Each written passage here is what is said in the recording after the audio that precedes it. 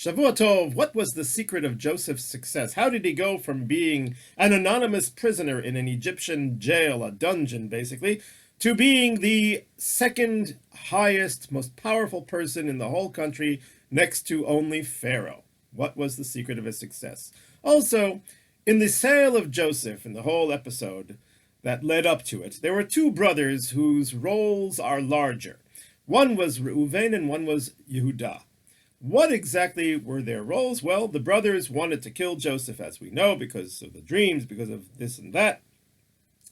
And they had their opportunity when they were with the flocks near the city of Shechem, and Joseph comes and they planned to kill him. And Reuven has an idea. He says, let's not kill him, let's put him in a pit. And why he put him in a pit? Reuven had in his heart that he was going to rescue Joseph and take him out of the pit later when the brothers weren't looking. He would bring him back to his father and avoid the whole situation, resolve the whole situation, as it were. That was Reuven's approach. Reuven was unsuccessful. As a matter of fact, Reuven's action may have been counterproductive, because the pit in which they threw Joseph happened to have within it snakes and scorpions, according to the rabbis. But Reuven probably didn't know that, and that's a separate discussion. But he did not succeed in taking Joseph out of that pit and returning him to his father. However, the other brother, Yehudah, he did succeed. He had a different idea. He said, what will we benefit by killing our brother? Rather, let us sell him to this band of Ishmaelite merchants that is passing by. Let's not put our hands on him. Let's not touch him. He is, after all, our brother, our flesh. Instead, let's sell him. And so the brothers listened to Yehudah, and that's exactly what happened. What's the difference between Reuven and Yehudah? Why was Yehudah more successful and Reuven not? I'd like to start by telling a story from the great Rabbi Moshe Feinstein, who once had a court case. Two people came before him, each had a financial claim on the other, one had a financial claim on the other, and Rav Moshe heard the case and made a decision, and the one who was found liable to pay, paid the money, and then before they left, Rav Moshe said to each of them, I want you now to say to the other one, now that the case has been concluded, that I forgive you, ich bin moichel in Yiddish, I forgive you, and then we can conclude this case. So the first one said to the other, ich bin moichel, I forgive you. And the other one said, no problems, I have no hard feelings. And Rav Moshe said, that's not enough. You have to say, I forgive you, those exact words. And the man said, no, but it's no problem. Really, we will be friends. This is all fine. It's all resolved now. And Rav Moshe said to him again, you must say the words, I forgive you. The man took a deep breath, and with some emotional effort, he said, ich bin moichel, I forgive you. And then the two left.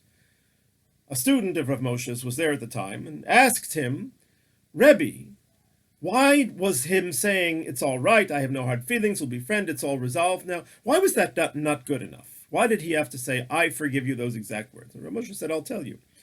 On Yom Kippur, we have a certain prayer, a very sad prayer, called the Asara Harugei Melucha, the 10 martyrs who were great tzaddikim, who were killed by the Romans after the Hadrianic persecutions. And these great martyrs, according to the prayer itself and according to the rabbis, their death was in fact a partial punishment for what sin? For the sale of Joseph.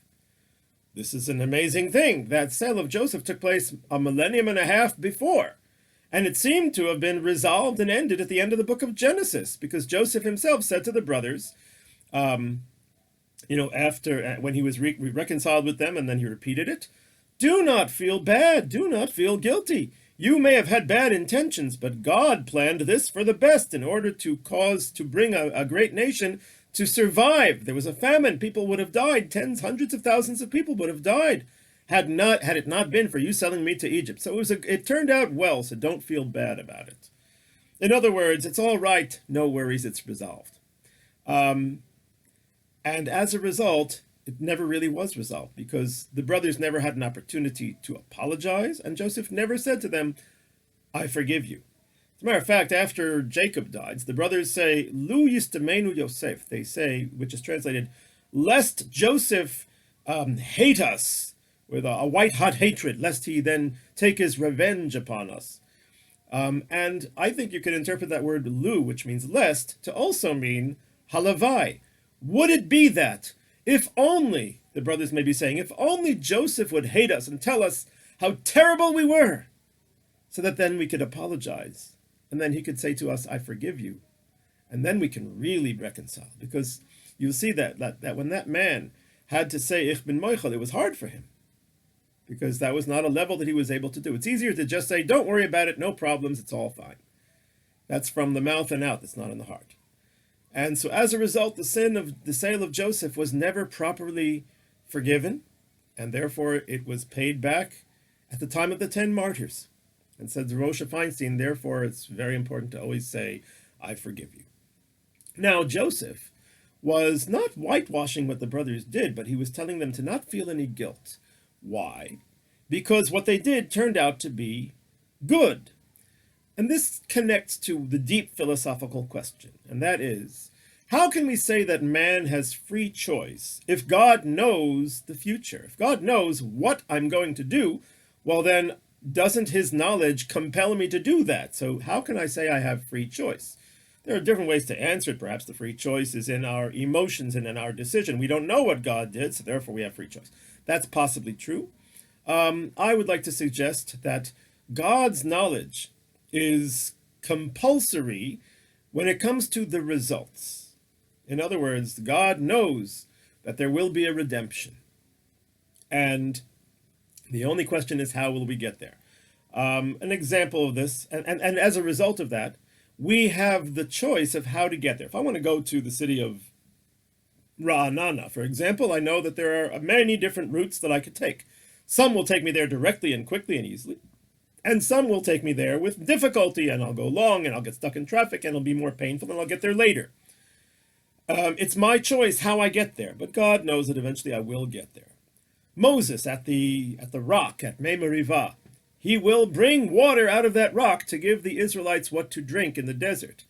But will he do it the way that God told him to do it, which is by speaking to the rock, or will he do it by doing it the wrong way, which is hitting the rock?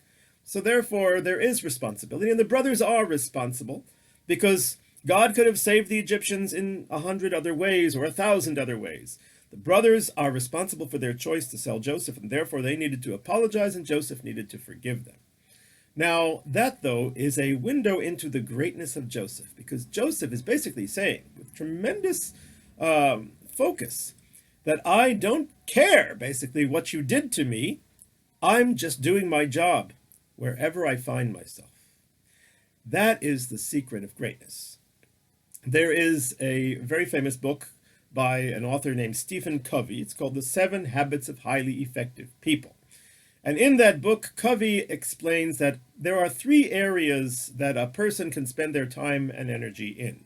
And these are circles. There's an inner circle called the area of control. These are the things that we control. For example, I control what I eat, how I spend my time, how I speak, and so forth and so on. I'm in control basically of myself. Then there's a larger circle beyond that called the area of influence. These are things that I do not control, but I can influence them by behaving in a certain way, by saying certain things, and so forth. I have a connection to that circle, but I can't guarantee a certain result. I can only influence it. And then there's the largest circle, which is the circle of interest. And this is a dangerous circle. This is a circle where I have neither control nor influence, but I may end up spending a lot of my time and energy on it. The news. A news junkie, unless they're in a position of authority where they can affect the news, is basically spending a lot of their time in the area of interest, and that's, well, not time well spent. Scrolling down Facebook, seeing all the fascinating and interesting videos and comments that people make may be fun and interesting, but it is not something that we necessarily want to be spending our time at, because if we are focused more in our circle of control, then we will influence more, and that will be much more fulfilling. And this model of Stephen Covey is actually a Mishnah, famous Mishnah, which is probably one of the most useful Mishnayot to understand everything, of Hillel: if I am not for myself, who shall be for me? This is the circle of control. But if I am for myself alone, what am I? In other words, to be concerned about others and influence. That's the circle of influence. And if not now, when? That is the circle of interest. In other words, don't waste your time in the circle of interest, but rather, if not now, now you should be focused on control and, by extension, influence. Now, that is a model which we can now take to Yehuda and to Reuven. Reuven had the first part down pat. The rabbis teach us that the reason, Rashi explains, is the reason why Reuven wanted to save Joseph, because he didn't like him too much either. but he wanted to save him and bring him back to his father, was for a simple self-preservation interest. He said to himself, I am the oldest son, I'm the responsible one, I'm the Bechor, and if something wrong happens to Joseph, I'm going to be the one to pay the price. I don't want that. So therefore, I'm going to bring him back.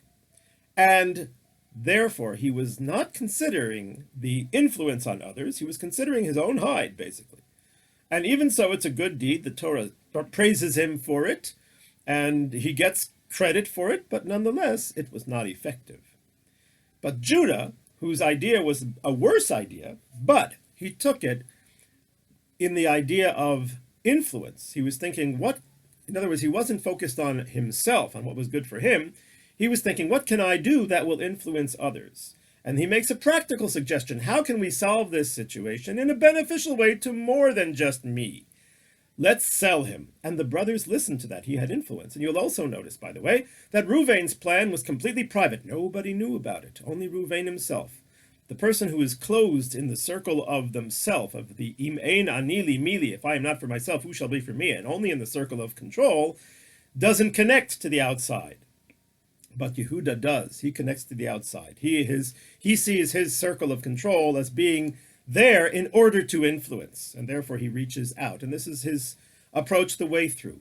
A fascinating story that happens in the Parsha that involves Yehuda is perhaps the moment when he really changes. You see, I'm not going to go into the details of the story, but his daughter-in-law, Tamar, was supposed to be married by levirate marriage to his third son, Shelah, because her first two husbands, who were his two sons, Er and Onan, had died.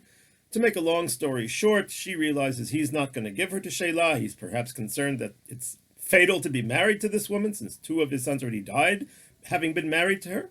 And so then she goes and disguises herself as a harlot and waits at a corner, and his wife had just died. He was lonely. He sees this beautiful harlot. He goes into her, and he doesn't have what to pay, so she says, give me some identifying documents, give me your signet ring, your staff, and so forth. And then I will hold these, and you will send to me afterwards payment, and then I'll return these to you.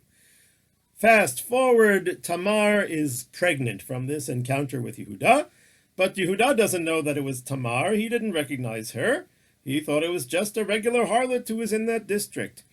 And so therefore he proclaims that her punishment is death, because she was supposed to be betrothed to Shelah, even though he hadn't let her marry him yet.